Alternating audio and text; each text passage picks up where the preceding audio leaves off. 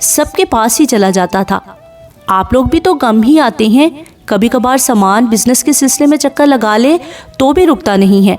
ہماری تو مجبوری ہے۔ علی، فرا اور ماما آپ تو چکر ہی نہیں لگاتے، زباریہ نے کہا تھا۔ طاہرہ مسکرا دی۔ علی اور فرا تو پڑھائی میں الجھے رہتے ہیں، چھٹیاں ہوں گی تو سب آئیں گے، سمان نے کہا۔ چلو فرا، فٹافٹ ماجدہ کو کہو کہ ناشتہ تیار کرے، میں آتی ہوں۔ عثمان، زباریہ کو بھوک لگی ہوگی۔ فرا اٹھ کر فوراً چلی گئی تھی۔ وہ عثمان اور زباریہ سے مزید حال احوال پوچھتی رہیں۔ اتنی دیر میں فرا دونوں کے لیے کولڈ ڈرنکس لے آئی تھی۔ تم لوگ پراٹھا لوگے ناشتے میں یا پھر؟ طاہرہ اٹھ کھڑی ہوئی تھی۔ ان کے ہاتھ کے پراٹھے سبھی شوق اور رغبت سے کھاتے تھے۔ میں تو پراٹھا کھاؤں گا، بہت عرصہ ہو گیا ہے آپ کے ہاتھ کا پراٹھا کھائے، عثمان نے کہا تو زباریہ نے بھی سر ہلایا۔ تم لوگ یہ پیو، میں فٹافٹ تیار کر کے لاتی ہوں۔ وہ چلی گئی تھی۔ عثمان پچھلی دفعہ آیا تھا تو گھر میں ہر وقت ٹینشن دکھائی دی تھی، جبکہ اب ایک خوشگوار سی تبدیلی محسوس ہوئی تھی۔ امی کا رویہ، ابو کا انداز، بڑے عرصے بعد یوں ٹیبل پر امی ابو دونوں قریب بیٹھے دکھائی دیے تھے۔ خیریت؟ گھر میں ماحول پہلے سے کچھ چینج ہے۔ کولڈ ڈرنک پیتے عثمان نے سبھی کو دیکھا تھا۔ سعید احمد مسکرا دیے۔ عجیب پر اسرار سی مسکراہٹ تھی۔ ماما کا رویہ بھی کچھ ہٹ کر ہے، زباریہ بھی کہہ رہی تھی۔ سمان احمد نے بھی ایک گہری سانس لی، ہونٹوں پر مسکراہٹ تھی۔ کیا بات ہے؟ ماما زرش کے لیے راضی ہو گئی ہیں یا پھر فوزیہ کے لیے تم؟ زباریہ بات ادھوری چھوڑ کر سمان احمد کو دیکھنے لگ گئی تھی۔ ابھی تو آپ لوگ آئے ہو، آرام سے بیٹھو، کھاؤ پیو، گھر کا ماحول سمجھ میں آ جائے گا۔ اتنی جلدی کس بات کی ہے؟ تمہاری ماں کی ضد کتے کی اس دم کی طرح ہے جو 100 سال بھی نلی میں رہے باہر نکالیں تو ٹیڑھی کی ٹیڑھی ہی رہتی ہے۔ آہستہ آہستہ تم لوگ بھی جان جاؤ گے اپنی ماں کے خوشگوار موڈ کی وجہ۔ سعید احمد طنزیہ کہہ کر اٹھ کھڑے ہوئے تھے۔ تم لوگ بیٹھو، کھاؤ پیو، میں ذرا فریش ہو لوں۔ وہ ڈائننگ روم سے باہر نکل گئے تھے۔ عثمان نے سامان کو دیکھا، وہ ہونٹوں پر انگلی پھیر رہا تھا۔ عثمان نے کچھ کہنا چاہا مگر پھر موقع مناسب نہ جان کر منہ بند کر گیا۔ تمہاری بزنس مصروفیات کیسی چل رہی ہیں؟ عثمان نے سامان سے پوچھا۔ بس وہی، ابو اور چچا جان آفس سنبھالتے ہیں اور میں ڈیلیگیشنز کو کبھی یہاں کبھی وہاں، کبھی لاہور اور کبھی اسلام آباد۔ آج کل میں وہاں باقاعدہ آفس سٹارٹ کرنے کا سوچ رہا ہوں۔ ابو نہیں مان رہے، اس طرح مجھے وہاں مستقل رہنا ہوگا، جبکہ ابو اور چچا کے خیال میں میری یہاں زیادہ ضرورت ہے۔ ابھی تو دونوں ہی نہیں مان رہے، دیکھتے ہیں آگے کیا کرتے ہیں۔ انشاءاللہ ٹھیک ہی ہوگا۔ اور فرا، علی، تم دونوں پڑھائی کے علاوہ کیا کرتے رہتے ہو؟ زباریہ بھابھی نے پوچھا تھا۔ کچھ نہیں، سو لیا، جاگ لیا، کھا لیا، پی لیا، اور جب زرش آ جاتی ہے تو اس کے ساتھ وقت گزار لیتے ہیں، مگر اس کے بعد اسٹڈی کرتے ہیں۔ علی کبھی دوستوں کے ساتھ نکل جاتا ہے اور جس دن امی منع کر دیں اس دن علی کا موڈ دیکھنے والا ہوتا ہے۔ سارا دن میرا سر کھاتا ہے۔ اور تم کیا کرتی ہو؟ بھابھی مت پوچھیں، یہ لڑکی مجھے کس کس انداز میں زج کرتی ہے۔ علی کیرم کھیلیں، علی آئس کریم لا دو، علی ٹی وی دیکھتے ہیں، علی آؤ لان میں چکر لگاتے ہیں۔ کچھ نہ پوچھیں، اس کی فرمائشیں ہی پوری نہیں ہوتی۔ وہ بھی شروع ہو چکا تھا۔ عثمان، زباریہ، سمان سمیت وہ دونوں بھی ہنس دیے تھے۔ اس دوران طاہرہ پراٹھے لیے آ گئی تھی اور پھر دونوں ناشتے میں مصروف ہو گئے تھے۔ بہت عرصے بعد ان کے گھر میں ایک ایسے بھرپور دن کی شروعات دیکھنے کو مل رہی تھی۔